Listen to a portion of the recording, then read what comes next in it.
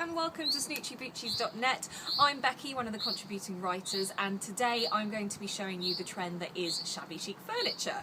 So a lot of people pay a lot of money for shabby chic furniture, and some people try and do it themselves, and that's exactly what I'm going to do today. It's a lovely sunny day, finally, here in the UK, so I've donned my scrubs and I'm going to be transforming this, an old pine bedhead, and hopefully in a few short hours it will become something very, very cool.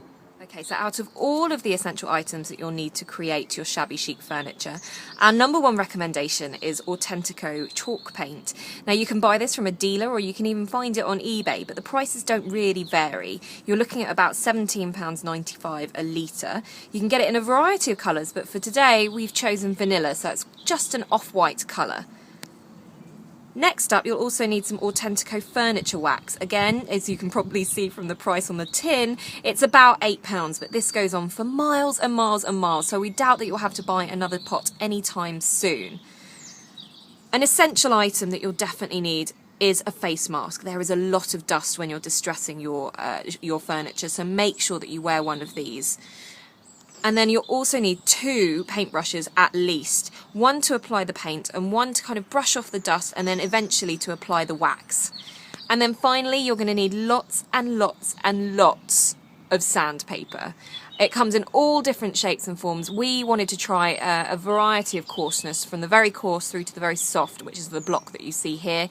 It's worth giving it a go and investing in a few pieces of this because it gives you lots of different effects. So you've got all your essential items now, and you might need an assistant to help you out with it. Today I'm using my dog Lulu. She's not very good, but anyway. So let's start painting. Okay, so you get your acrylic Authentico paint, and you can apply it actually quite sparingly, I found. Just get in all the nooks and crannies. What you want to do is get that first coat down, and actually it doesn't matter if you can see the wood coming through. It's not a big deal because you will be applying a second coat. So what you want to do is work, as you can see, quite quickly across there. If the sun's out like it is today, this will dry very, very quickly. But you want to just make sure that you're not necessarily following the grain, but you're providing essentially a good undercoat. So we're going to carry on throughout the whole of this bedhead. And what you also want to do is leave it for 30 minutes and then apply a second coat. So when you've finished applying the first coat, this is roughly what you'll end up with. Doesn't look too great now, but just wait till you apply the second coat. So now you've applied your second coat, you should end up with something that looks a little bit like this. There's a little bit of wood still coming through, but mainly the majority of it is quite a solid white colour.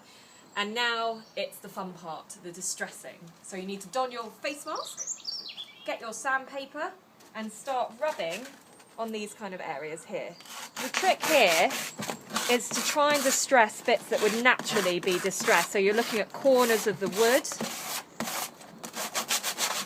anything underneath, to get that gorgeous kind of old wood feel to it. So you can see where the dust comes out, how lovely the white looks against the shavings here. So what I'm using is quite a coarse piece of sandpaper, and it's quite important because actually if you want to get those more detailed effects, you're going to really need to use that. But definitely try lots of variations. I tried wire wool, but that unfortunately didn't quite work, so stick to the sandpaper. And finally, once you've done all of that hard work, you just want to go and grab your Authentico furniture wax and finish off the wood with a bit of a rub on your paintbrush. Brush it over just to seal the colour, just to seal the paint, and give you something that won't scrape off easily. So there you go, you leave it there for about 15 minutes, then you're good to go. It actually is that easy, so I'm really glad I did it, and I hope you guys give it a go too. Thanks for watching.